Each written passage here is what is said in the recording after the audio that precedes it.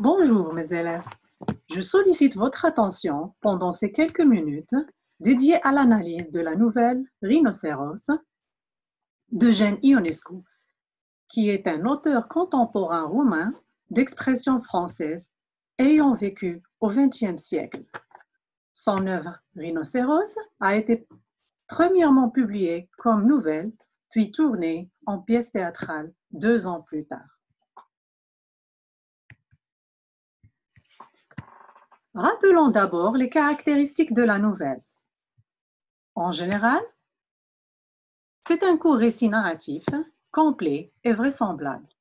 Il est centré autour d'un seul fait, un seul temps bref, un seul espace précis, peu de personnages, il finit par un dénouement inattendu, il suit une trame narrative qu'on appelle aussi un schéma narratif et qui est constitué de la situation initiale, l'élément perturbateur ou déclencheur, le nœud et les péripéties, et la situation finale qu'on appelle chute, et elle est en général un retour au calme.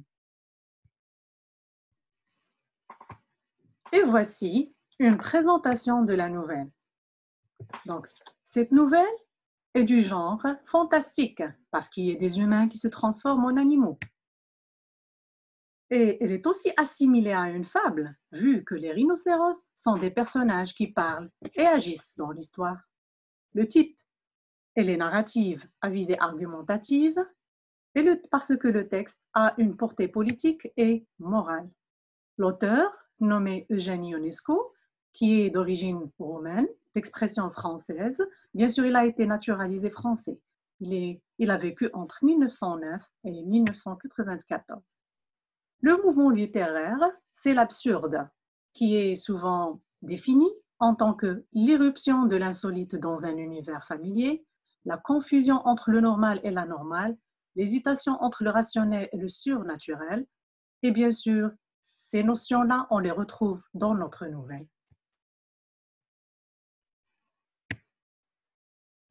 Le cadre spatio-temporel, c'est le XXe siècle, c'est la période après la guerre mondiale. Dans un petit village, bien, les événements se déroulent dans un petit village nommé la Petite Castille.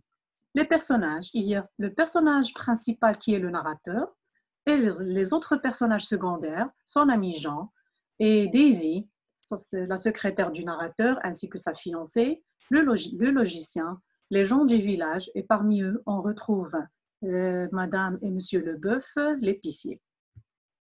Les thèmes importants, c'est le totalitarisme, l'humanisme et l'animalité.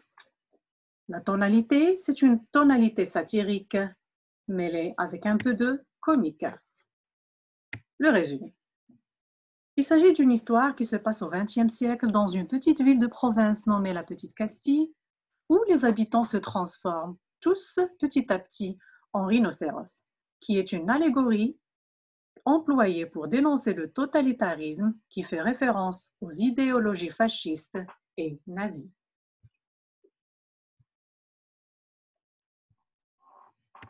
Quelle est donc la visée de ce texte, ou bien de cette œuvre? C'est une histoire qui se nourrit bien évidemment du contexte d'après-guerre, 1957, et de l'engagement politique et philosophique de l'auteur à dénoncer le fascisme, le nazisme et le communisme, qui sont des idéologies totalitaristes et conformistes. Ces régimes déshumanisent les peuples et tuent leur originalité qui ne peut être que promue par l'individualisme et l'humanisme. Ce concept est illustré par la transformation massive du peuple en rhinocéros et qui n'est autre qu'une transformation due à une manipulation massive. Le choix de l'animal réfère à l'usage de la force et de la violence, qui est suivi par les divergences d'opinion et les protestations. C'est quand les villageois qui raisonnent, c'est quand on a vu dans la nouvelle des villageois qui raisonnent et argumentent en tentant d'expliquer le phénomène de la rhinocérite assimilé à une maladie. On retrouve ça dans les pages 180-181. Et finalement, il y a l'adhésion générale. Ça veut dire la transformation totale de tous les habitants, que l'on retrouve à la page 184.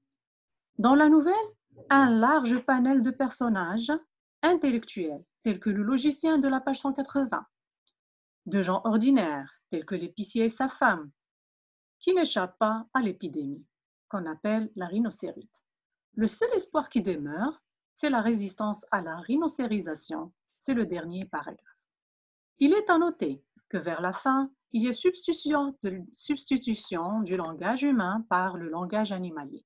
Usage des onomatopées pour insinuer la disparition et l'absence de communication et d'humanisme.